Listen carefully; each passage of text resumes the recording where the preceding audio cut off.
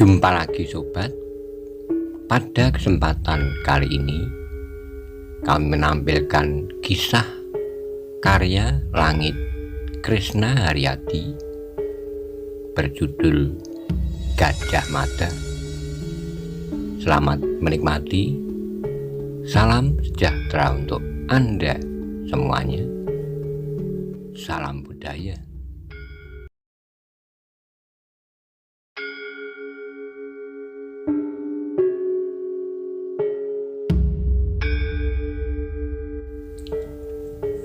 Pada episode sebelumnya dikisahkan, pasukan Joloyudo telah bergerak untuk menyerbu istana Wilwadikta, dan pasukan Jolorananggono dan pasukan Jalapati pun telah bergabung untuk menghadapi kedatangan pasukan Joloyudo. Bagaimana kisah selanjutnya?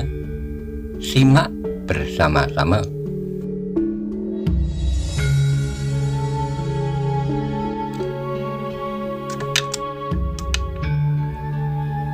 Banyak Soro berpikir gelar perang di Rodomento cukup kuat untuk digunakan menghadapi Garuda Nglayang, atau bisa juga menggunakan gelar Cakrabyuha yang pertahanannya amat kuat dan rapat.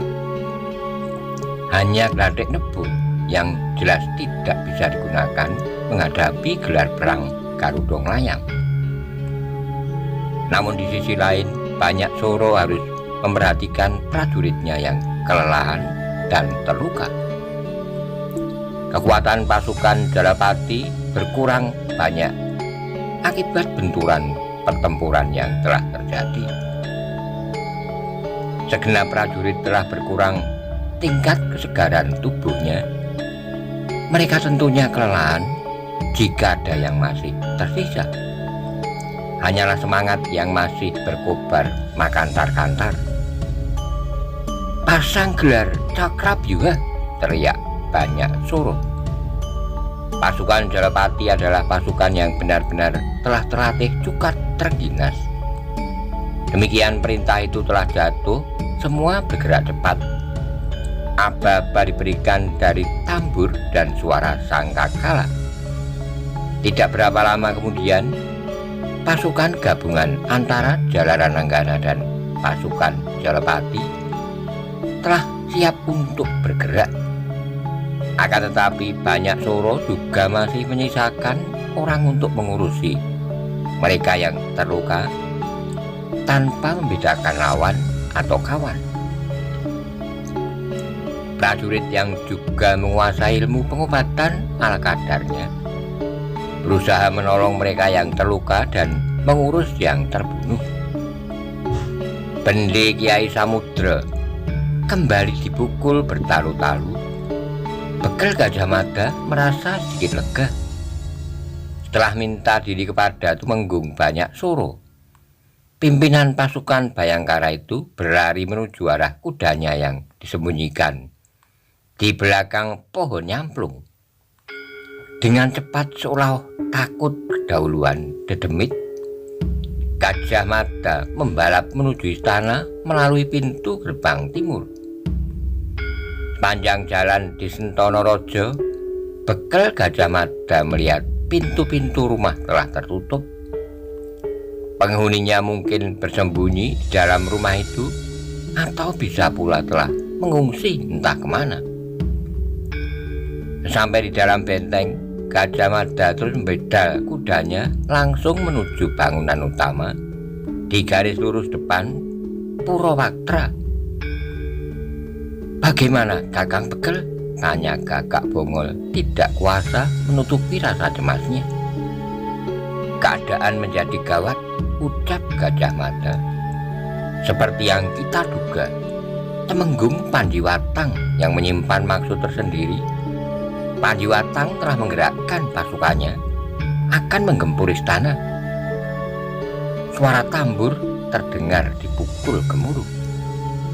Nah, itu mereka datang. Joloyudo telah datang bagaikan banjir bandang. lanjut Gajah Mada. Dari kejauhan terdengar suara tambur dan genderang yang dipukul bertalu untuk membakar semangat mereka yang akan berlaga.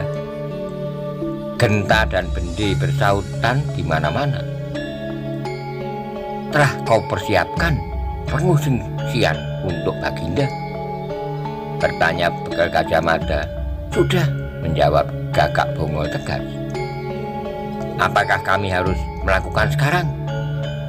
Gajah Mada menggeleng. Keberadaan Tuanku Jayanegara untuk sementara tetap berada di istana amatlah penting. Jika sampai tersiar kabar Tuanku Jayanegara meloloskan diri dari istana, hal itu akan menyebabkan prajurit yang bertempur kehilangan semangat. Jika para prajurit yang berperang itu mengetahui Sri Baginda masih berada di dalam istana, mereka akan bertempur seperti orang yang sedang kesetanan. Jika kita menghitung istana benar-benar sudah tidak bisa mempertahankan lagi, maka pengungsian Sri Baginda terpaksa harus dilakukan.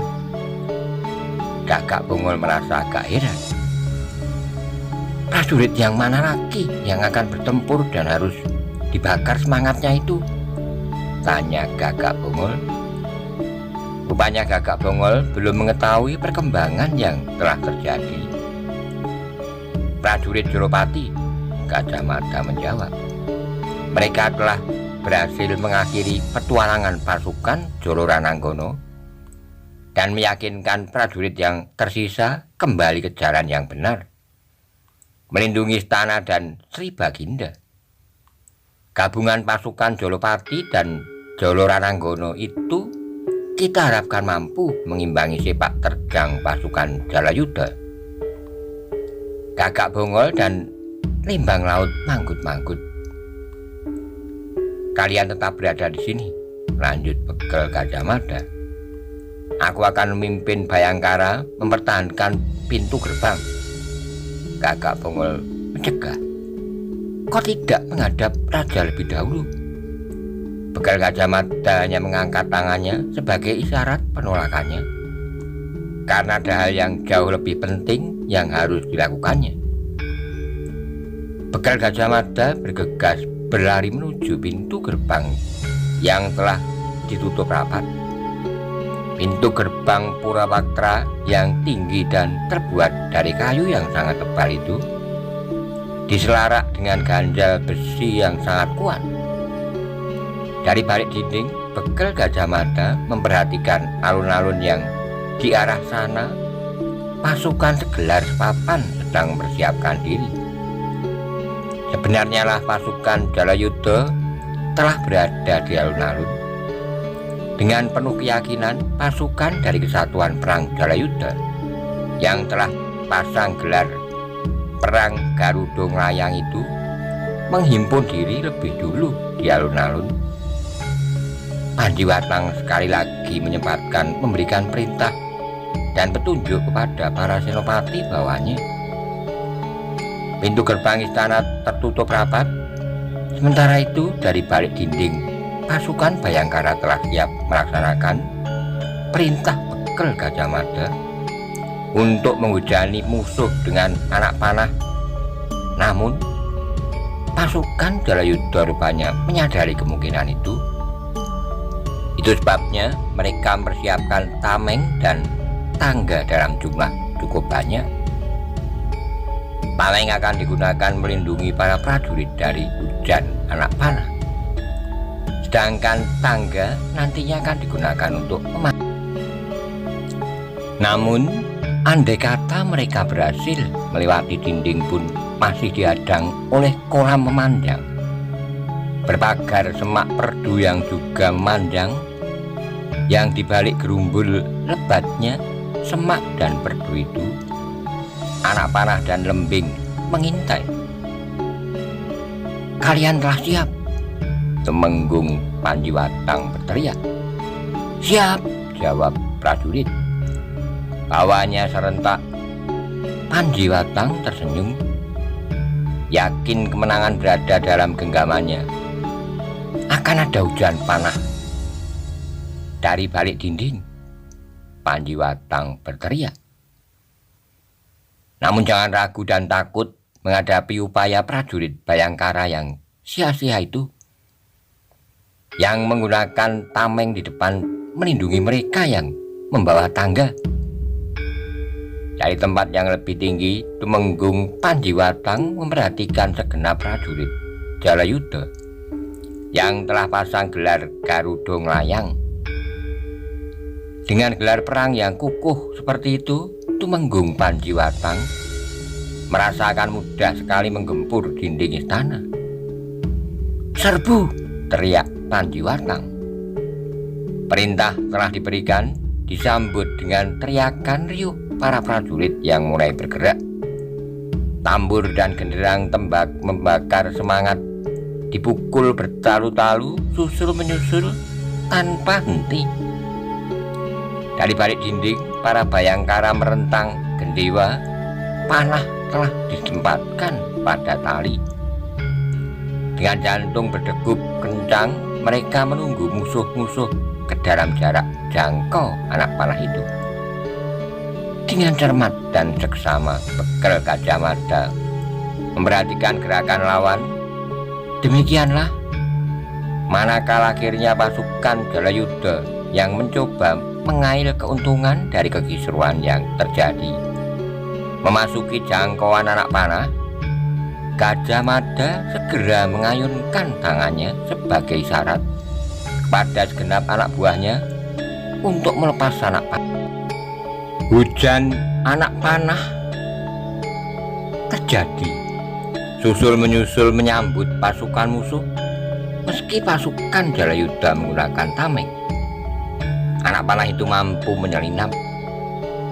Pasukan Bayangkara adalah pasukan yang amat terlatih, berkemampuan luar biasa. Hampir semua prajurit Bayangkara berkemampuan melepas anak panah dengan cermat dan akurat. Walau gerakan musuh itu dilindungi oleh tameng, anak panah yang dilepas mampu menerobos di sela-selanya menggapai sasaran. Panjiwatang kaget. Tak disangkanya pasukan Bayangkara bisa melakukan hal yang nyaris langka itu. Panjiwatang tentu tak pernah membayangkan betapa setiap hari dan setiap saat para Bayangkara selalu berlatih dan menyempurnakan kemampuan. Dalam hal kemampuan melepas anak panah, sasaran yang digunakan bukan hanya benda diam, melainkan juga benda yang bergerak, bahkan benda yang bergerak cepat. Segenap prajurit yang dilindungi tameng itu berderap berlari bersama. Namun sekali lagi, hujan anak panah berhamburan dari dinding kukuh yang melindungi istana. Beberapa prajurit Jalayuda kembali bergelimpangan. Pada saat yang demikian itulah tiba-tiba terdengar suara bergetar nyaring. Suara bende yang dipukul bertalu menggetarkan udara. Getar bende itu ternyata mampu membenamkan hingar-bingar tambur dan genderang. Tumenggung Panjiwatang merasa permukaan hatinya berdesir oleh perbawa luar biasa yang berasal dari bende itu. Tumenggung Panjiwatang lebih kaget lagi manakala dari balik dinding sebelah selatan dan utara secara bersamaan muncul sebuah barisan lengkap dengan lambang-lambangnya. Panjiwatang bergegas memberi syarat. Sangkakala segera ditiup melengking menerjemahkan perintah Tumenggung Panjiwatang. Pasukannya yang semula bergerak siap menjebol dinding, menerobos hujan anak panah segera ditata kembali. Gajah Mada dengan dekatan pasukan Jalayuda mengikat diri dalam ikatan gelar perang yang kukuh. Ternyata entah mengapa Tumenggung Banyak Soro telah mengubah keputusannya. Semula pasukannya tetap menjadi satu dengan pusaran Cakrabyuha. Namun sebuah gagasan telah muncul untuk memecah pasukan gabungan antara Jalapati dan Jalarananggana itu menjadi dua dan masing-masing muncul bersamaan dari arah utara dan selatan. Pasukan sebelah utara menggunakan gelar perang Cakrabyuha, sementara pasukan yang muncul dari balik dinding arah selatan menggunakan gelar perang Dirodameta. Cakrabyuha dan Dirodameta siap mengajar Garuda Nglayang. Temenggung Pandiwatang kaget karena tidak mengira bakal mendapatkan musuh yang sangat kuat. Bahkan Pandiwatang merasa harus menghadapi dua kekuatan sekaligus. Bagaimana dengan pertempuran di bagian belakang istana itu? Apa telah usai? Bertanya Pandiwatang kepada diri sendiri. Dada pimpinan Jalayuda itu terpacu. Pandiwatang memperhatikan keadaan. Temenggung pimpinan pasukan Jalayuda mengumpat kasar saat melihat kenyataan pasukan yang dihadapinya menggunakan dua buah ciri khusus yang dimiliki oleh pasukan Jalapati dan Jalarananggana. Menggigil Pandiwatang melihat kenyataan itu. Keparat, umpatnya, iblis. Berbeda dengan Temenggung Pandiwatang yang mengira pasukan Jalapati dan Jalarananggana akan sama-sama hancur. Dengan demikian pasukan Jalayuda tinggal menginjak siapapun yang akan muncul menjadi pemenang. Sebaliknya Rakuti telah menduga hal itu akan terjadi. Rakrian Kuti yang terlihat selalu bersama-sama dengan para rakrian Winesuka terpaksa harus menggeleng-gelengkan kepala melihat Jalapati dan Jalarananggana bisa bersatu. Gila, desis Rakuti. Bagaimana dengan nasib Pujo Tuntar? Orang itu menyerah atau sudah mampus di tangan banyak Soro? Bagaimana Temenggung Pandiwatang, Rakuti merasa pasukan Jalayuda tengah menghadapi dua buah kekuatan. Dari satu arah Cakrabyuha siap berpusing. Baliknya dari arah lainnya lagi Dirodameta siap mengamuk dengan kekuatan Gading dan Belalai. Bagaimana Rakuti? Tiba-tiba Tanca yang tidak banyak bicara itu membuka mulut. Apa kita masih boleh berharap rencana kita akan terwujud? Rakuti merasa pertanyaan Tanca itu seperti sebuah sindiran yang ditujukan kepadanya. Menebal wajah Rakrian Kuti dirasa melebihi tebalnya dinding istana Majapahit. Mukti atau mati, jawab Rakuti tegas. Hanya ada dua pilihan yang kita hadapi, mukti atau mati. Kalau berhasil mukti, kalau tidak berhasil mati. Jauh-jauh hari aku sudah menekankan hal itu. Peluang masih ada. Aku yakin pasukan Jalayuda akan muncul sebagai pemenang karena mereka masih berada dalam keadaan segar. Sebaliknya, aku melihat pasukan Jalarananggana dan Jalapati berada. Mereka kehilangan sebagian kesegaran mereka. Rakuti mandang Tanca begitu dekat, lalu menebar tatapan wajahnya pada Rawedeng, Rayuyu, Rabanya, dan Rapangsa. Para rakrian Winesuka menyimak pembicaraan Rakuti dengan seksama. Begitu perang pecah, lanjut Rakuti, kita laksanakan apa yang telah kita sepakati.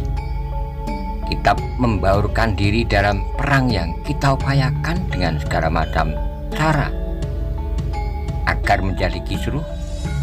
Ingat, sebuah goresan kecil saja dari senjata prajurit itu akan mengantarkan Temenggung Pandiwatang mengintip gerbang neraka. Dua belah pihak yang akan berperang telah berhadapan-hadapan. Pasukan Jalayuda berada dalam kesiagaan penuh. Pasukan Jalapati dan sisa-sisa pasukan Jalarananggana yang menyatukan diri juga berada dalam puncak kesegaran penuh. Kalau ada perbedaan di antara mereka, adalah pasukan Jalayuda masih bersih. Sebaliknya, prajurit yang berpihak kepada Pak Istana telah bersimbah peluh dan darah. Di sisi lain, di balik dinding Pasukan Bhayangkara mengamati perkembangan yang terjadi itu. Bekal Gajah Mada menghitung keadaan dengan cermat. Gajah Mada harap-harap cemas. Keadaan pasukan Jalapati yang bergabung dengan pasukan Jalarananggana tidak bisa disebut baik, karena banyak di antara mereka yang telah terluka, bahkan terbunuh. Sebaliknya, pasukan Jalayuda masih utuh. Andai kata banyak Soro tidak berhasil membendung gelombang yang datang itu, maka apa boleh buat, bekal Gajah Mada harus mengungsikan Srijaya Negara. Ketika masing-masing masih berhadapan, saat kedua belah pihak saling menunggu, aba-aba untuk saling menyerbu, saat itulah tiba-tiba ada orang yang meminta perhatian. "Tunggu!" Orang itu mencoba berteriak. Suaranya yang tua nyaris tenggelam oleh suara genderang dan bende yang riuh. Akan tetapi, baik pasukan yang berpihak kepada istana maupun pasukan yang melakukan pemberontakan mengenal orang yang meminta perhatian. Orang itu sudah tua, bahkan langkahnya tertatih-tatih. Orang itu adalah Aryotada, yang diiring oleh beberapa prajurit yang mengawalnya dengan setia. Pengawal Aryotada meminta perhatian segenap pihak dengan menabuh genderang dengan irama berderap. "Gila!" desis bekal Gajah Mada. "Apa yang akan dilakukan Mahapatih Tada itu?" Bekal Gajah Mada menjadi amat cemas. Keadaan benar-benar gawat, sementara lelaki tua dari Kepatihan itu berada di tengah-tengah pasukan yang akan berlaga dan mengadu kekuatan.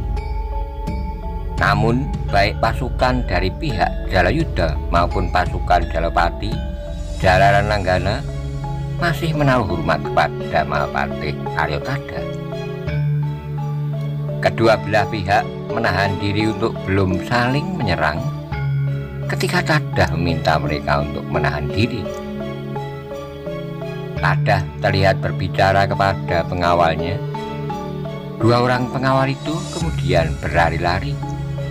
Seorang menuju pasukan Jalayuda dan seorang lagi menuju pasukan Jalapati. "Ada apa?" banyak Soro bertanya ketika prajurit itu mendekat. Prajurit pengawal Wisma Kepatihan itu memberikan penghormatan bagaimana mestinya. "Mahapatih Tadah," berkata prajurit itu dengan napas tersengal, "meminta kepada Raklian Temenggung Banyak Soro untuk menghadap. Demikian pula dengan Raklian Temenggung Panjiwatang juga diminta untuk menghadap. Segala sesuatunya masih bisa dicegah. Perang harus dihindari." Banyak Soro menghela napas begitu dalam. Segala rasa hormat tertuju pada Tadah yang sudah tua itu, yang masih berusaha mencegah terjadinya pertumpahan darah. Walaupun kedua pasukan telah berhadapan-hadapan, siap untuk saling berbantai. "Aku akan menghadap," berkata banyak Soro tegas. Di pihak pasukan Jalayuda, Temenggung Panjiwatang juga telah menerima utusan Tadah. Panjiwatang yang semula mengira mudah baginya untuk menggilas istana, merasa kecut hati ketika harus menghadapi gabungan pasukan Jalarananggana dan Jalapati. Tawaran Mahapatih Aryotada itu baik untuk dipertimbangkan. Apalagi secara pribadi Temenggung Panjiwatang juga menghormati Mahapatih yang tua itu. "Baiklah," jawab Panjiwatang, "aku akan menghadap." Dari atas dinding istana, bekal Gajah Mada berdebar-debar melihat perkembangan yang tidak terduga itu. "Bukan main," desis bekal Gajah Mada. "Moga-moga Mahapatih Tada berhasil. Nampaknya Temenggung Panjiwatang masih bisa diajak bicara untuk menghindarkan Wilwatikta dari kehancuran. Pasukan Jalayudha menyibak, memberi jalan kepada pimpinan mereka yang akan menghadap Mahapatih Haryotada. Demikian pula dengan pasukan Jalapati, segera menyibak untuk memberi jalan kepada pimpinannya yang akan menghadap Tada. Tetapi kedua belah pihak serentak mengangkat busur menjaga berbagai kemungkinan. Pasukan Jalayudha siap menyerbu jika sampai Temenggung Pandiwatang berada dalam bahaya. Sebaliknya, gabungan pasukan Jalapati dan Jalarananggana juga siap untuk berbuat sesuatu seandainya banyak Soro berada dalam bahaya. Jantung Rakuti serasa dipacu kencang melihat perkembangan tidak terduga itu. Gila, umpat Rakuti. Apa yang akan mereka lakukan? Ratanja tersenyum sinis. Mahapatih Tada masih dihormati, ucap Ratanja. Haryotada memanggil banyak Soro dan Pandiwatang. Jika keduanya bisa didamaikan, pertempuran ini akan urung. Kau boleh mulai membayangkan nasibmu. Rakuti tegang. Kemungkinan seperti yang disampaikan Tanca itu amat mungkin terjadi. Jika pertempuran itu sampai batal, habislah mereka. Jayanegara tentu akan menjatuhkan perintah untuk memburunya, menangkapnya hidup atau mati. Kalau tertangkap hidup, nasibnya akan menjadi buruk. Hukuman picis akan dilakukan di alun-alun. Rakuti kebingungan, para rakrian Winesuka yang lain juga kebingungan. Banyak Soro dan Pandiwatang telah menghadap Patih Gajah Mada. Haryotada dengan kekecewaan yang mendalam. Patih Tadah memandang Pandiwatang. Pandiwatang yang merasa berada di pihak yang salah berulang kali membuang wajah, menghindari tatapan wajah baik dengan Mahapatih Tada maupun banyak Soro. Berulang kali Tadah menghela tarikan napas panjang, berusaha meredakan gejolak di dalam dadanya yang karena usianya yang sudah lanjut. Bahkan sesekali batuknya bergetar di antara kata-katanya yang serak syarat keprihatinan.